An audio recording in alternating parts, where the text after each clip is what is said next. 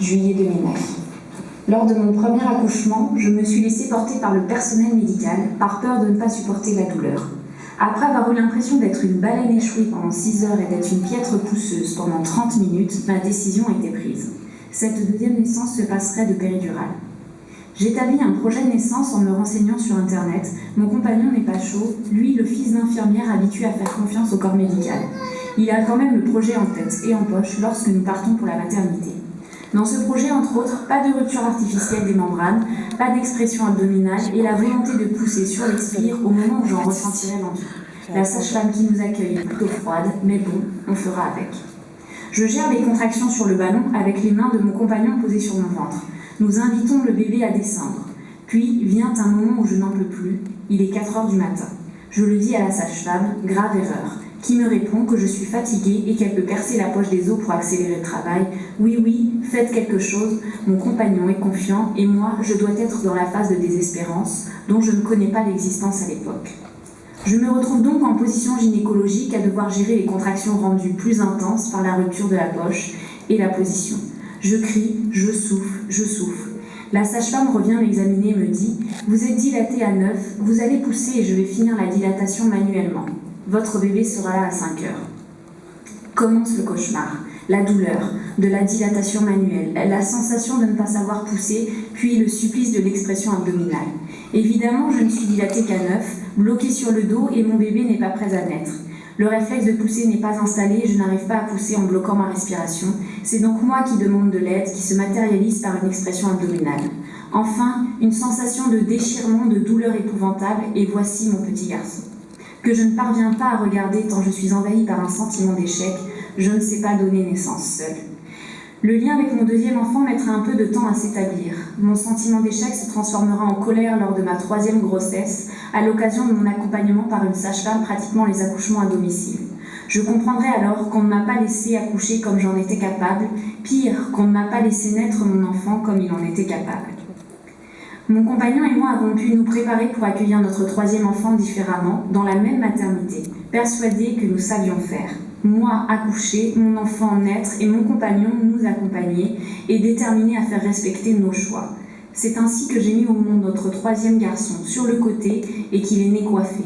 Quel dommage que mes 2 aînés n'aient pas pu profiter, eux aussi, d'une venue au monde sereine et respectée.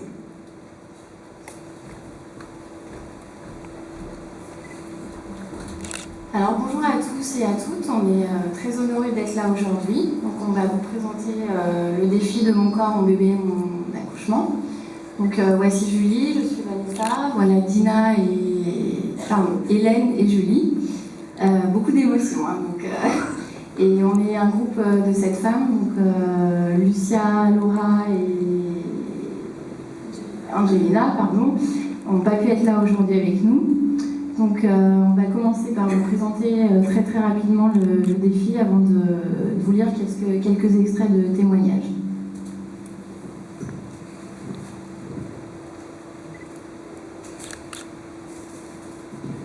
Il était une fois un groupe de femmes engagées. Elles avaient un projet, recueillir 1000 témoignages de naissances non respectées en 1 mois pour briser le tabou du silence. Cette idée a germé autour du constat qu'en Belgique, en France et d'autres pays, le choix des parents autour de la naissance de leur enfant n'est pas toujours pris en compte. Sans vouloir accuser aucune profession, nous avons voulu donner la voix aux parents sur leur vécu de l'accouchement et plus largement de la naissance. Les témoignages de naissance respectées ont très vite pris leur place dans ce défi, afin de montrer que ça peut se passer autrement, disent les femmes qui nous envoient leur récit.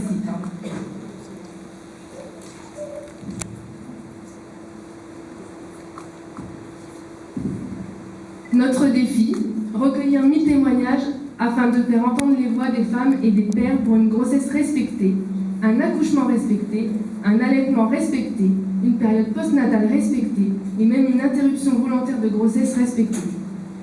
Ces témoignages sont publiés sur un blog, Mon corps, mon bébé, mon accouchement.wordpress.com. Je ne sais pas si tout le monde le voit.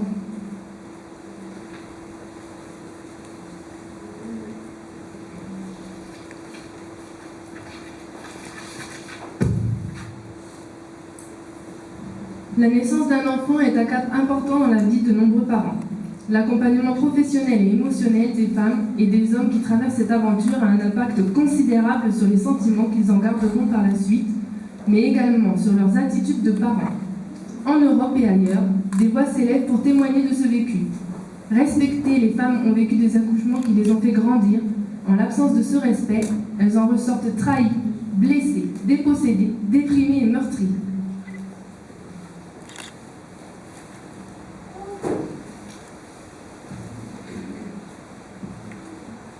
Alors, on a recueilli quelques chiffres avec notamment l'enquête du CIAN en 2012, le collectif interassociatif autour de la naissance.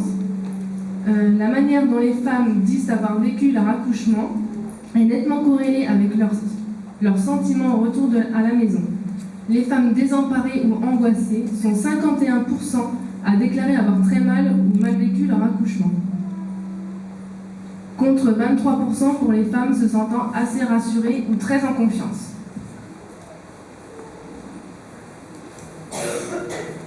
Les témoignages des mères expriment les mêmes ressentis. Le manque d'information, la pression due au manque de temps et au sous-effectif dans les milieux hospitaliers, le manque d'intimité, l'infantilisation, la violence ressentie lors des actes médicaux effectués sans consentement, le non-respect de l'allaitement, etc.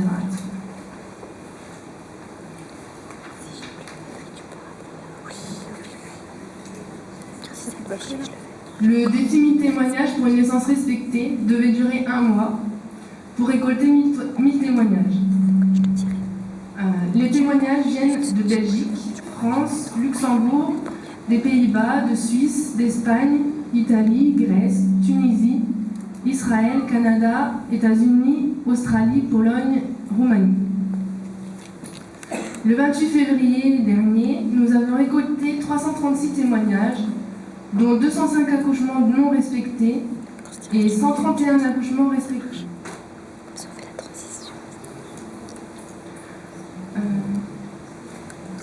Face à la demande des personnes dont l'envie de témoigner n'a pas pu se faire sur cette courte durée, parce que certaines femmes ont besoin de temps pour écrire leur récit. C'est pas toujours facile quand on a vécu quelque chose de traumatisant. Nous avons décidé d'étaler le défi sur 1 an afin d'atteindre les 1000 témoignages d'ici mars 2014.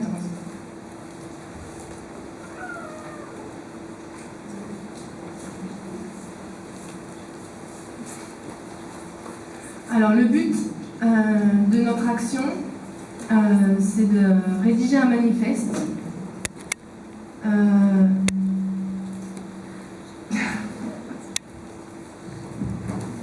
donc à destinataire des autorités sanitaires, aux équipes hospitalières, aux associations, aux mutualités. Donc le contenu du manifeste, c'est recenser les pratiques de violence ordinaires que nous voulons voir diminuer drastiquement et rapidement, et les pratiques qui respectent les recommandations des organisations mondiales de la santé que nous voulons voir augmenter. Donc on profitera de la semaine mondiale de l'accouchement respectée en 2014 pour envoyer le manifeste. Le bilan du recueil des témoignages au 2 mai 2013, c'est 272 accouchements non respectés et 176 accouchements respectés. Donc la finalité du défi avec voilà, certaines idées, certains projets, c'est entre autres partager les expériences, offrir par la suite probablement une tribune pour donner la parole, interpeller, se mettre en lien avec des associations déjà existantes et ou des professionnels, je pense entre autres aux sages-femmes notamment, et l'édition d'un livret qui nous est demandé de toutes parts. Voilà. Donc là, en fait, vous avez tous les mails pour envoyer les témoignages, et puis également sur la page Facebook, le groupe Naissance Respectée. Donc si vous avez envie de nous rejoindre, il y a aussi une page pour le défi et le manifeste, si vous avez envie de nous aider à rédiger le manifeste et si vous avez des idées. Voilà, donc on va continuer sur les extraits de témoignages qu'on va vous lire.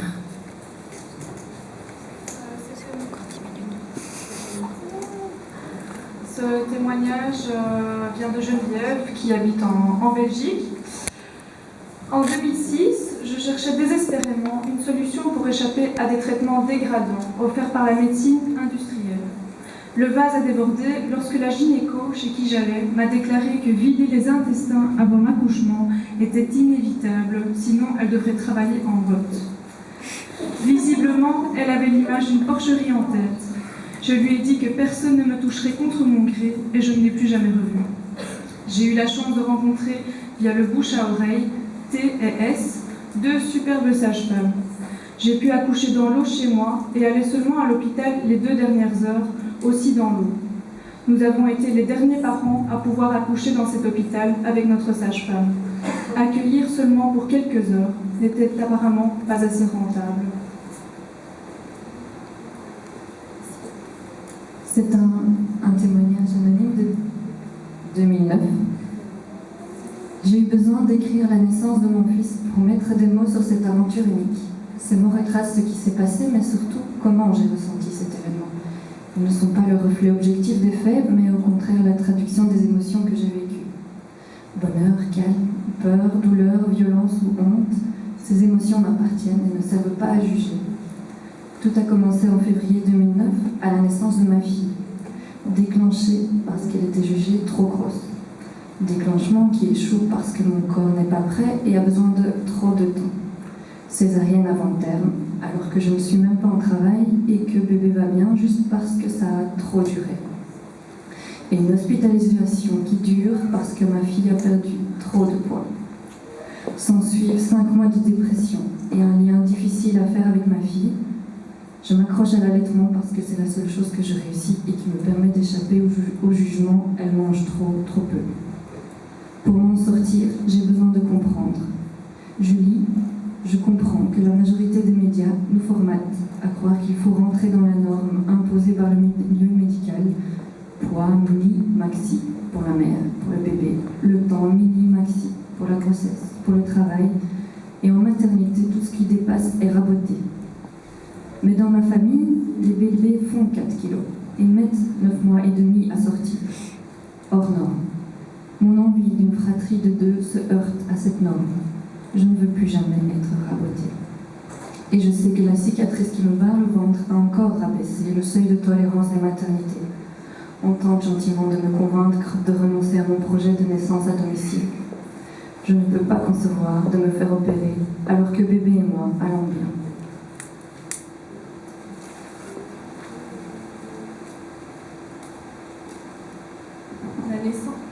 La naissance de Thibodeau. Je sens qu'il a une confiance totale en moi. Il ne doute pas. Il n'a pas peur. Alors d'un coup, je n'ai plus peur. Je me souviens que ma sage-femme m'avait parlé de cette tempête et que l'important était de tout lâcher. J'entends Amandine me dire « Cette fois-ci, on y est, Marine ». Alors j'avoue, assez terrorisée, je me décide à tout lâcher. Je serre Julien de toutes mes forces. Je ferme les yeux et je laisse la tempête me broyer. J'ai d'ailleurs du mal à me souvenir précisément de ce qui s'est passé. Je suis uniquement dans les sensations. Je n'ai plus conscience de ce qu'il se passe. Je ressens une souffrance bien plus intense que je ne l'aurais imaginé. Les contractions sont super violentes. Mon corps dirige tout seul. Je le sens pousser sans que je ne fasse quoi que ce soit. Je hurle de toutes mes forces, autant parce que je souffre, tout ce que je peux, que par besoin. Je sens que ça m'aide. Je lutte de toutes mes forces pour ne pas paniquer. Je serre Julien, je me colle à lui. Il est mon point d'ancrage. Je le sens qu'il ne vacille pas une seconde. Je sens pourtant qu'il est très ému. Je sens aussi tout son amour. Je ne saurais pas expliquer comment, mais j'ai le sentiment que grâce à lui, je suis protégée. J'arrive à ne pas paniquer grâce à lui. Je sens que je me positionne à 4 pattes, sans que ce soit volontaire de ma part. Les spasmes de poussée s'intensifient encore. Je sens la tête de mon bébé qui commence à sortir. J'ai l'impression que ça va tout déchirer et ça brûle énormément. C'est horrible. Je hurle de plus belle, si c'est possible. Je la serre le dos de Julien. J'ai trop mal, j'en peux plus. J'entends Amandine me dire « C'est la tête qui sort ». Et je me dis qu'elle fait 50 cm de long, cette putain de tête. Ça n'en finit pas. Ça dure et ça dure. Je crie que non, je n'y arriverai jamais. Que c'est trop douloureux. C'est la fameuse phase de désespérance. Amandine me répond calmement qu'elle est à moitié sortie, que je n'ai plus le choix. Je touche alors pour sentir et je sens cette petite tête bombée. Alors d'un coup, je me mets à pousser de toutes mes forces. J'ai l'impression de me faire écarteler, mais je n'en peux plus de cette douleur, je n'en veux plus. Faut que ça se termine. Et ça y est, je sens la tête qui finit de passer. Mais je continue à pousser de toutes mes forces, comme si j'avais pris trop d'élan. Je n'arrive plus à m'arrêter. J'entends Amandine me dire d'arrêter de pousser, j'ai du mal. J'arrête enfin de pousser. Je sens le corps passer et même, me semble-t-il, les petits pieds. D'un coup et sans réfléchir, je me redresse, soulève une jambe et je saisis mon petit bonhomme et le colle contre mon torse. Subitement, tout est fini. Silence enfin, après tous ces hurlements. Plus aucune douleur. La tempête est terminée. Je me retrouve face à Julien qui nous regarde émerveillés, moi et notre petit bonhomme. J'ai l'impression de revenir à moi. Je comprends à peine ce qui m'arrive. Je regarde mon bébé, puis Julien, puis mon bébé. C'est trop fort, trop hallucinant. J'en ai même du mal à respirer tellement je suis submergée par l'émotion.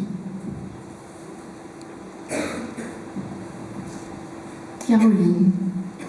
Mon fils avait du retard et moi une confiance aveugle dans le corps médical. Alors en début de grossesse, quand le gynéco m'a dit que le 1er avril ça ne faisait pas très sérieux comme date de conception et qu'il a inscrit le 30 mars sur mon dossier, je n'ai pas relevé. 2 jours, quand en bonne prémipare on pense accoucher comme dans un rêve, 15 jours avant le terme, quelle importance. Sauf qu'avec un terme dépassé, ces 2 jours auraient pu tout changer. Sauf que j'ai fait confiance jusqu'au bout comme une petite fille en face de gens qui savent et je n'ai rien demandé. Depuis le terme, je dois passer tous les 2 jours à la maternité pour un monito. 4 jours après la date, la sage-femme me propose un décollement de membrane pour accélérer l'accouchement. Moi, je suis bien dans ma grossesse en plénitude. Mon corps est en pleine forme, je suis sereine malgré le dépassement. Et pourtant, je dis oui. Sans autre explication sur son geste, sans employer le terme de déclenchement, la sage-femme s'exécute. Le geste est intrusif, très intrusif. Douloureux, très douloureux. Violent, très violent. Mais ça, je ne le réaliserai que bien plus tard. Anonyme. Une autre femme assiste la sage-femme qui porte un masque car elle a une gastro-entérite.